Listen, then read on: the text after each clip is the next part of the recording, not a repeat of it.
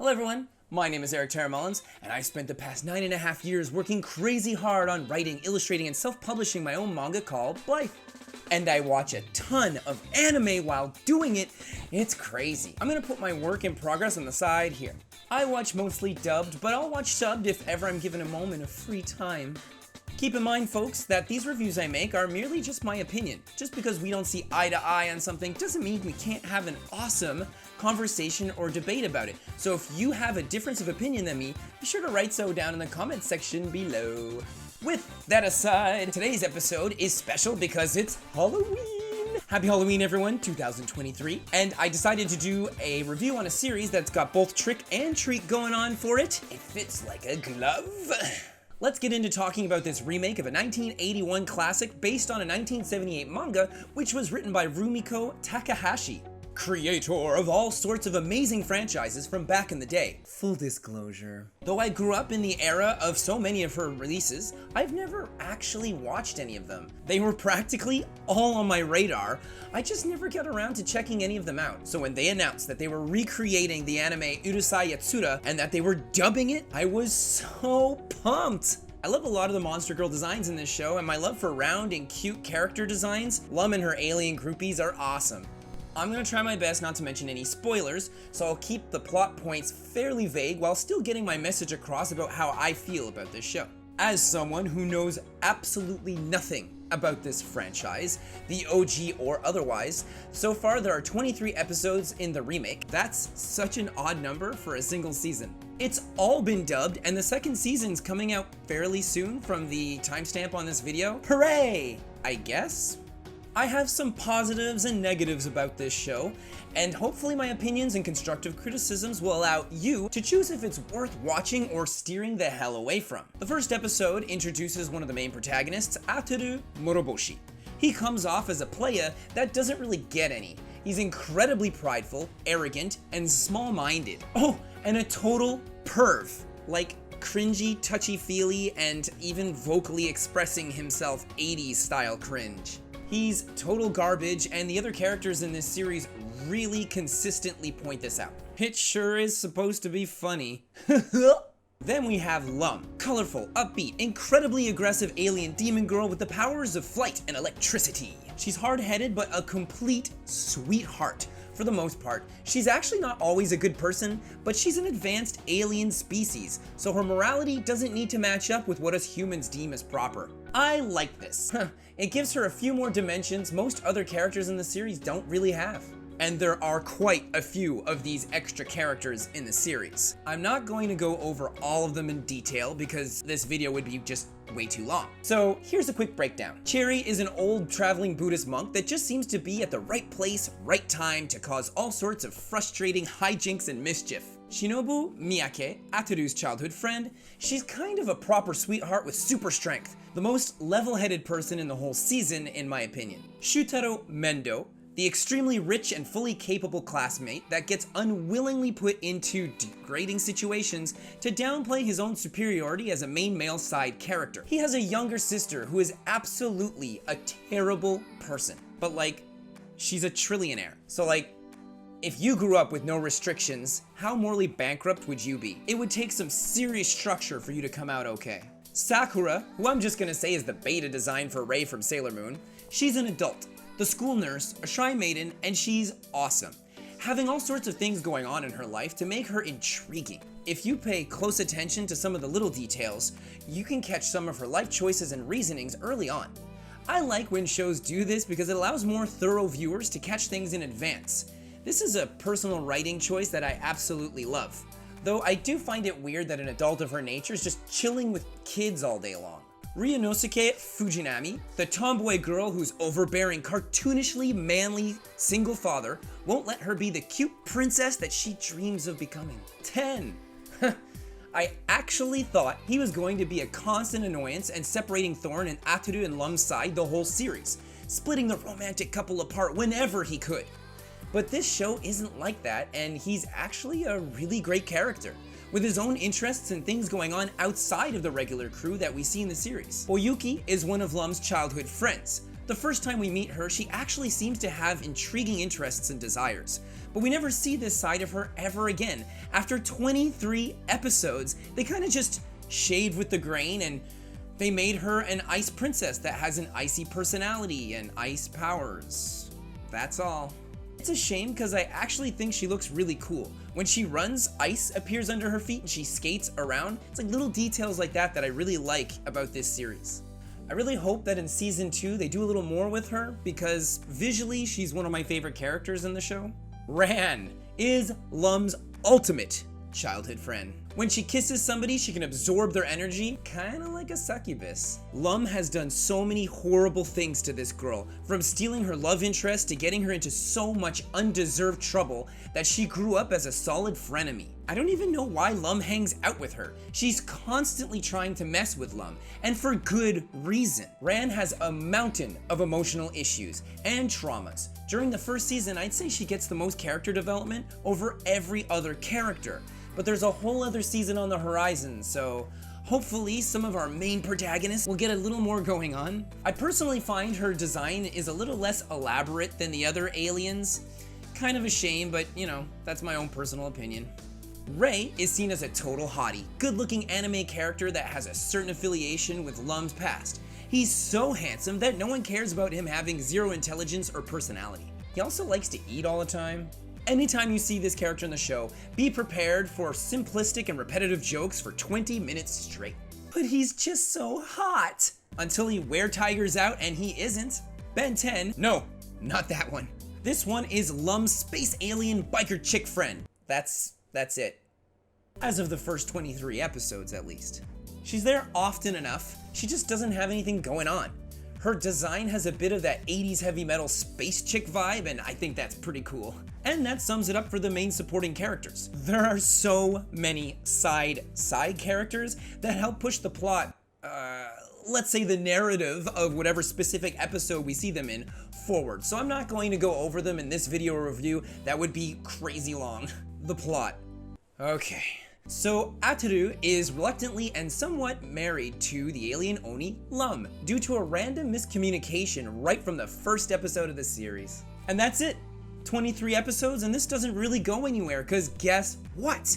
This isn't a rom-com. It's actually a solid slice of life. Dang. All these years knowing nothing about the main franchise and I could have looked things up for 1 second and I didn't. Had I done my homework before watching this series, I might have been personally a little less disappointed. Of course, this is completely subjective. Honestly, I personally think that what I've seen from Urusei Yatsura so far can easily be compared to their own character, Rei. I don't know if this applies to the OG series or the manga, and I'm sad to say this, but allow me to break it all down for you. So what he turns into a monster? All that matters is he's hot normally. So anything goes as long as they have good looks, huh? The technical aspects of this anime remake make it a gosh darn masterpiece. Objectively, the animation is so smooth. The constant backgrounds and populated areas in practically every scene, they sometimes halftone pattern a lot of the population, but it's still colored and the characters have all their appendages, facial features, and even continue to move about as if they weren't background characters. It's just the halftone pattern really pushes them back and allows our main characters to pop out a lot more. All the characters rarely seem stiff as they're moving around quite often, and the directing really does an excellent job of keeping each scene rather engaging. Now to get in a little subjective, with the art style, I find it personally super cute. I love how bubbly everything is. All the characters look so lively and adorable. I absolutely love Lum's design, which makes me kind of think of like X-Men, Savage Land, Rogue. I like the tattered bikini trope, especially when they incorporate it into other clothing. She's a monster girl, which is cool, and her hair is incredibly well animated and colored in the series. I actually love the hairstyles of all the characters. Reimagining an older art style with this perfect new recipe is awesome. It would be incredible to see more old anime recreated like this. The music works well for the show. It helps accentuate the mood and themes of the situations going down in each episode while not being too distracting. There are 2 intros and outros. All 4 of them are pretty great. I personally have a soft spot for the first intro, but that's just because it's sung by Sakura Mori featuring Minami, and I freaking love the raw emotion that Minami throws into a lot of her songs. So much power behind that voice. You can really feel it. The animation quality of both intros do an excellent job of preparing you for the storytelling of the series. Loud, all over the place, and chaotic. The dubbing is incredibly good from start to finish. I have a minor gripe with the constant screaming and shouting for almost 20 minutes an episode, but that's not the dubber's fault. That's a writing issue, and I will be segueing myself into that right now. Okay, deep breath. Now to actually talk about the show's writing and progression. This is where that hot ray alien turns into a big joke of a monster were-tiger creature.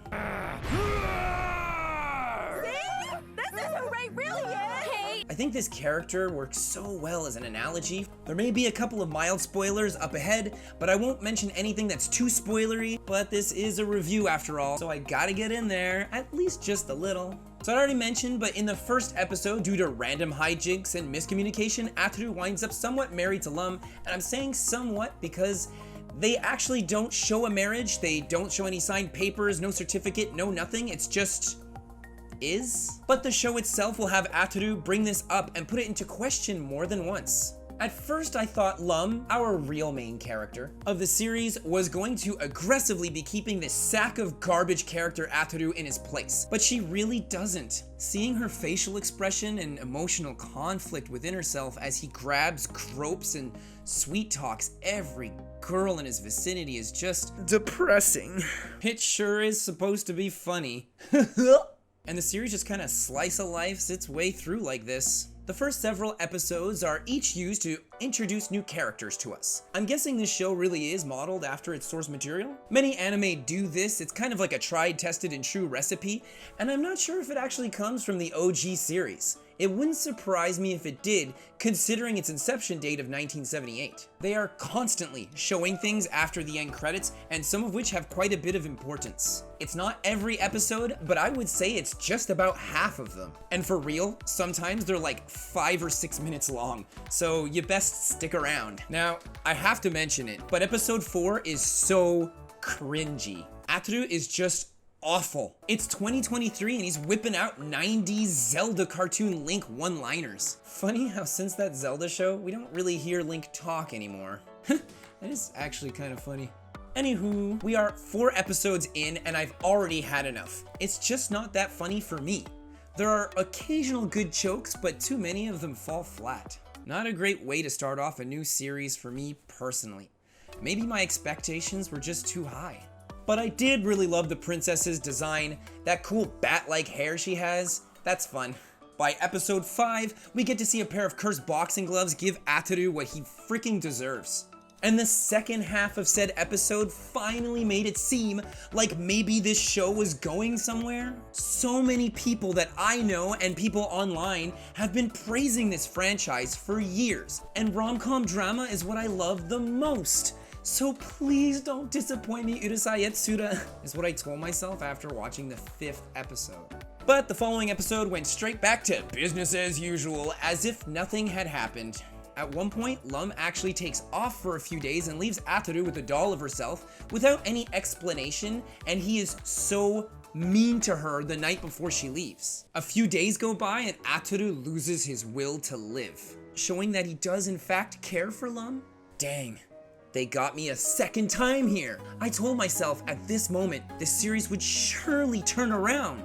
Ataru would start showing some real interest, and we'd see these two try and make things work against all odds. Heck, maybe Ataru would go back to his skirt-chasing self just so that he could finally learn to deal with his pride and commitment issues.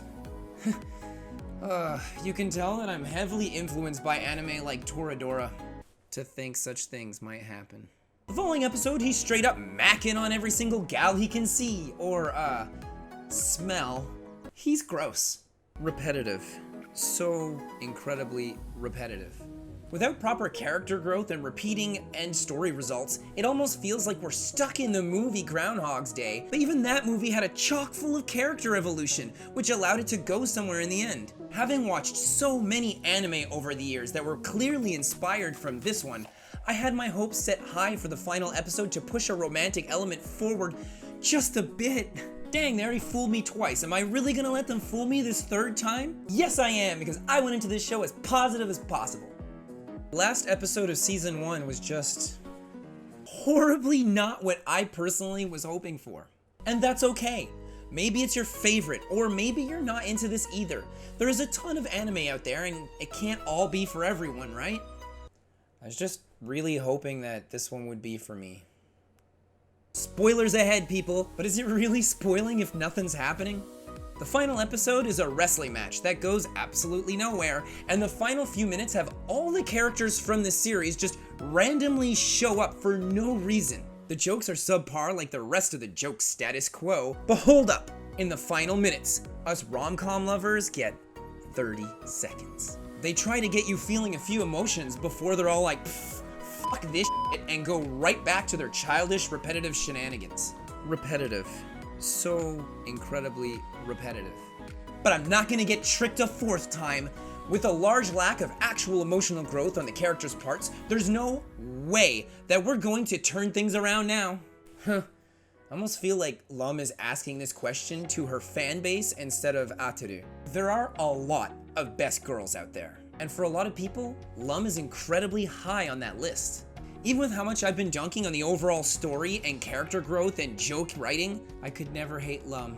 It's also clearly made to attract the nostalgic original fans.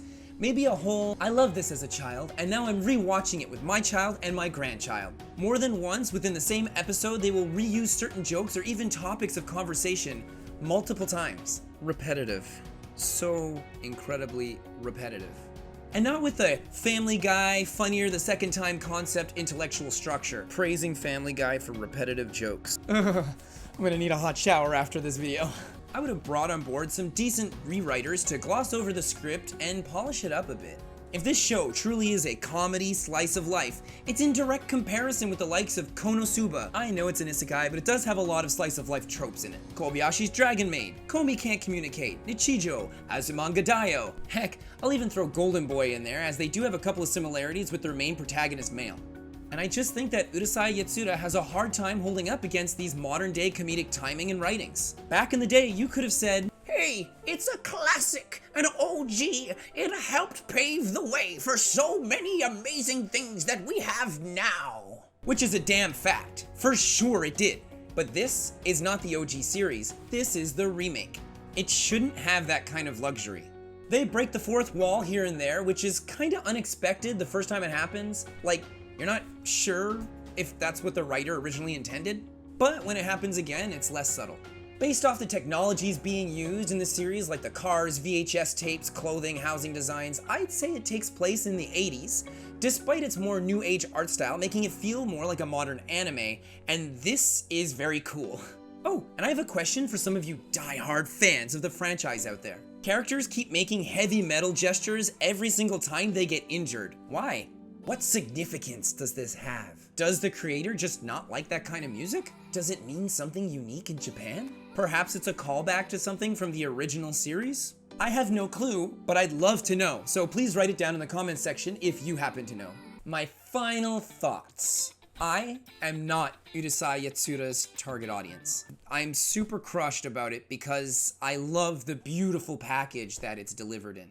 It seems geared towards nostalgic fans above all else, and considering it's been around for over 40 years, they definitely have the fan base to support it. Which is great, because I personally think that if this was a new show that wasn't a remake of anything and it had to stand on its own two legs, we probably wouldn't be getting a second season. Despite dunking on a lot of the writing, I adore the artwork so much, I'd be willing to give the second season a shot. Though I'm worried it'll just end with zero closure and a, hey, we're like this all the time, and they'll do some repetitive final last scene. Repetitive. So incredibly repetitive. This whole show feels to me like a beautifully wrapped present, with its animation, dubbing, and soundtrack. And when you open it up, there's just this massive lump of coal in there, where had they put more pressure and work into it, that lump of coal could have been an epic diamond. If you like my video just a little bit, it doesn't cost much to hit that like, that subscribe, and that notification bell. This way, you'll be notified when I come out with new episodes. Thank you so much for watching, and have an awesome rest of your day. Oh geez. Now to brace myself for the inevitable fan base backlash. Just to reiterate, I didn't dislike Urusei Yatsura. It's just not my kind of show, and I honestly wish it was. Lum is adorable. So why do I have to sit and watch 23 episodes of a nasty piece of shit treating her like this? With each passing episode, it didn't get better, it just got worse.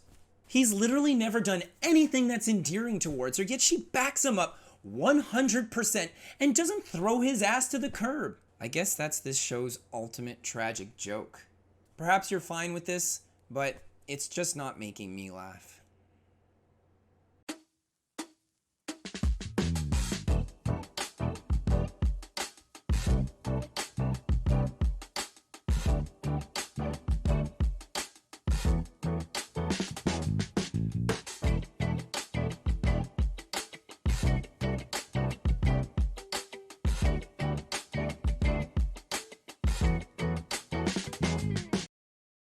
Repetitive.